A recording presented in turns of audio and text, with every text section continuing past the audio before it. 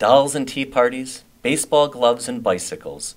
In many regards, children in the Victorian age were similar to children today, but were presented with an incredibly different set of norms.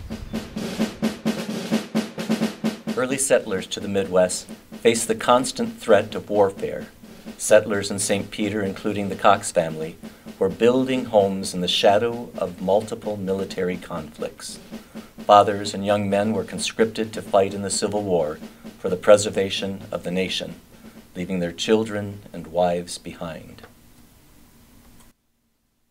Beyond the armed conflict in the South, the fear of losing family members even closer to home loomed over the Victorian families due to the deadly battles with Native Americans. These tensions culminated in a series of attacks in 1862 known as the Dakota Uprising, pitting the white settlers against the indigenous Dakota population. A list of persons killed in Renville County above Bison Creek.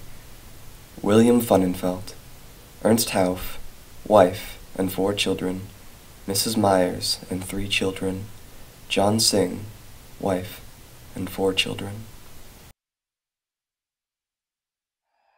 In one skirmish, known as the New Ulm Massacre, Judge Cox, a captain in the volunteer militia, was called by his friend, Captain William Dodd, to defend the city of New Ulm against an Indian attack.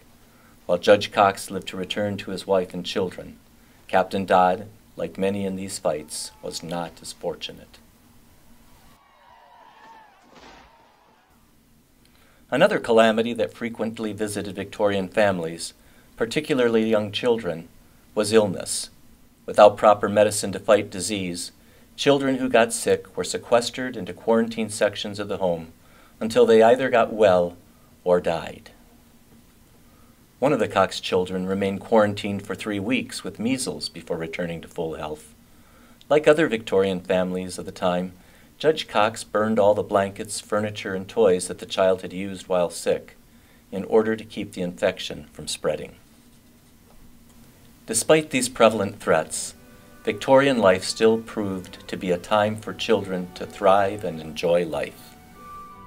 The Cox children enjoyed these youthful days as well, and each child made it through these hardships to live a long and enjoyable life. Though Victorian childhood did not come without its fears, children in the era still received the opportunity to grow up and accomplish incredible feats.